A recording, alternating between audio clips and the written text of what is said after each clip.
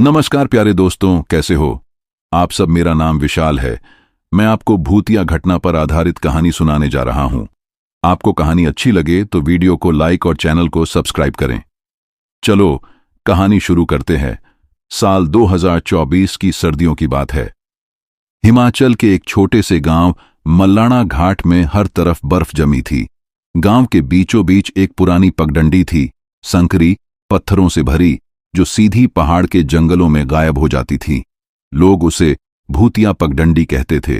गांव के बुजुर्ग कहते थे कि इस रास्ते पर रात में किसी की पदचाप सुनाई देती है, पर दिखाई कोई नहीं देता।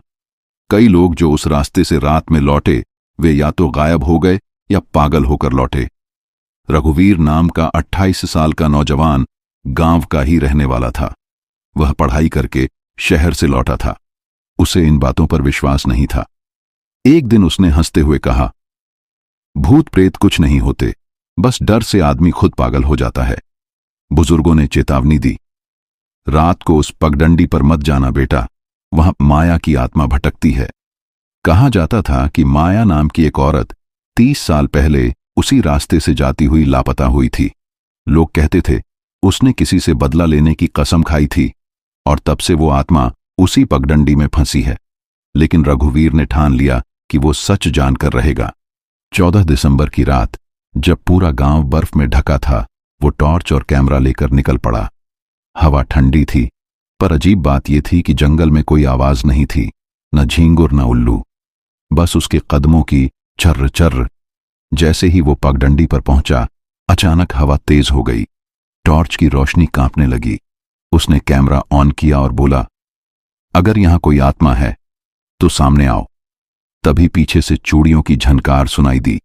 रघुवीर ने पलटकर देखा, कोई नहीं था, पर जमीन पर एक नंगे पांव के निशान बन चुके थे, बर्फ में। उसका गला सूख गया। वो धीरे धीरे पीछे हटने लगा। तभी किसी ने उसके कान के पास फुसफुसाया, रघुवीर लौट जाओ। उसकी टॉर्च अपने आप बंद हो गई। रघुवीर ने टॉर्च झट से फिर ऑन करने की कोशिश की, लेकिन रोशनी झिलमिलाने लगी। उसने देखा, बर्फ पर बने निशान अब उसकी ओर आ रहे थे, पर कोई शरीर नहीं था। उसके सीने में डर का सैलाब उमड़ा। फिर उसने देखा, एक पेड़ के नीचे लाल साड़ी पहने एक आकृति खड़ी थी, चेहरा ढका हुआ, बाल बिखरे हुए। वो बोली नहीं, बस देखती रही। रघुवीर ने कांपते हुए कहा, कौन हो तुम? उसने धीरे धीरे सिर उठाया। चेहरे पर कोई नाक या मुंह नहीं था, बस खाली गड्ढे जिनसे काला धुआं निकल रहा था। वो आकृति एक पल में गायब हो गई। रघुवीर भागा, पर कुछ ही दूरी पर वो फिर प्रकट हुई, अब उसके सामने। उसने अपने हाथ आगे बढ़ाए, हाथों में खून से लथपथ चूड़ियां। वो बोली, तुम्हें नहीं आना चाहिए था, ये रास्ता मेरा है। रघुवीर का कैमरा अपने आप रिकॉर्ड करने लगा। वीडियो में बस आवाज आई, मैं उसे ढूंढ रही हूं। अगली सुबह गांव के लोग रघुवीर को पगडंडी के किनारे बेहोश पाए। उसकी आंखें खुली हुई थीं, पर वो कुछ बोल नहीं पा रहा था, बस बड़बड़ा रहा था। वो माया थी, वो मुझसे बदला चाहती थी। गांव के बुजुर्ग लक्ष्मण काका ने बताया, माया इस गांव की थी, बहुत सुंदर थी, लेकिन उसकी किस्मत बुरी थी। 30 साल पहले माया का पति हरीश उसे छोड़कर शहर चला गया। माया ने महीनों तक इंतजार किया, लेकिन वो लौटा नहीं। एक दिन उसे खबर मिली कि हरीश ने किसी और से शादी कर ली है। माया टूट गई। एक रात वो उसी पगडंडी से होकर नदी की ओर निकली और कभी वापस नहीं आई। कुछ लोगों ने कहा उसने नदी में छलांग लगा दी, लेकिन कुछ गवाहों ने उस रात लाल साड़ी में उसे जंगल में घूमते देखा था। उसके बाद से जो भी आदमी उस रास्ते पर अकेला गया, माया की आत्मा उसे रोकने आई। कहा जाता है वो हर उस इंसान में अपने धोखेबाज पति की छवि देखती थी। रघुवीर जब होश में आया तो बोला, वो मुझे हरीश कहकर बुला रही थी। उसने कहा कि उसने मेरा इंतजार बहुत किया। उसकी मां रो पड़ी। गांव में अफवाह फैल गई कि अब माया की आत्मा रघुवीर से जुड़ गई है। रात को उसके कमरे से आवाजें आने लगीं, कभी हंसी, कभी रोने की। अगले कुछ दिनों में रघुवीर की हालत बिगड़ने लगी। वो रात में नींद में उठकर बाहर चला जाता था। एक बार उसकी मां ने देखा, वो बर्फ में खड़ा खाली आंखों से पगडंडी की ओर देख रहा था। वो बुदबुदा रहा था, माया, मैं लौट आया हूं। गांव के पुजारी ने कहा कि रघुवीर पर आत्मा का साया है। उन्होंने हवन करवाया, लेकिन उस दौरान हवा तेज चली और आग अपने आप बुझ गई। पुजारी डरकर बोले, ये आत्मा शांति नहीं चाहती, बदला चाहती है। अगली रात जब गांव सो रहा था, रघुवीर फिर बाहर चला गया। उसके कदम खुद ब खुद पगडंडी की ओर बढ़ते रहे। चांद की रोशनी में दूर वही लाल साड़ी लहराई। वो फिर बोली, अब तुम मुझसे नहीं बच सकते हरीश।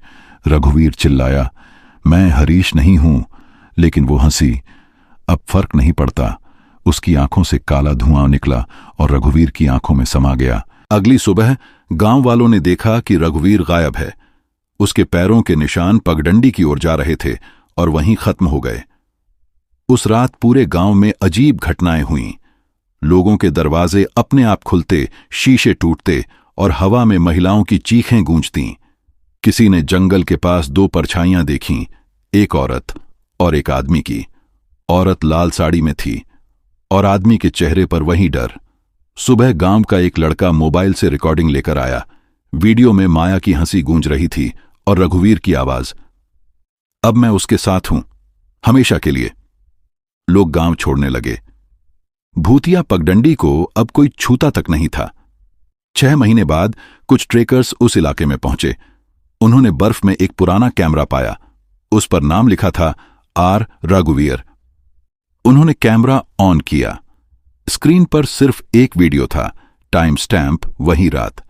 वीडियो में रघुवीर जंगल में चल रहा था, कह रहा था, यहां कुछ नहीं है, बस डर। फिर अचानक स्क्रीन कांपी। लाल साड़ी में एक औरत कैमरे के ठीक सामने आई। उसका चेहरा पूरी तरह धुंधला, पर उसकी आंखों से लाल रोशनी निकल रही थी। वो बोली, अब वो भी मेरे साथ है, और कैमरा जमीन पर गिर गया। वीडियो वहीं खत्म हुआ, लेकिन आखिरी फ्रेम में कुछ लिखा हुआ था, जैसे किसी ने खून से लिखा हो, जो इस वीडियो को देखेगा वो भी मेरा होगा।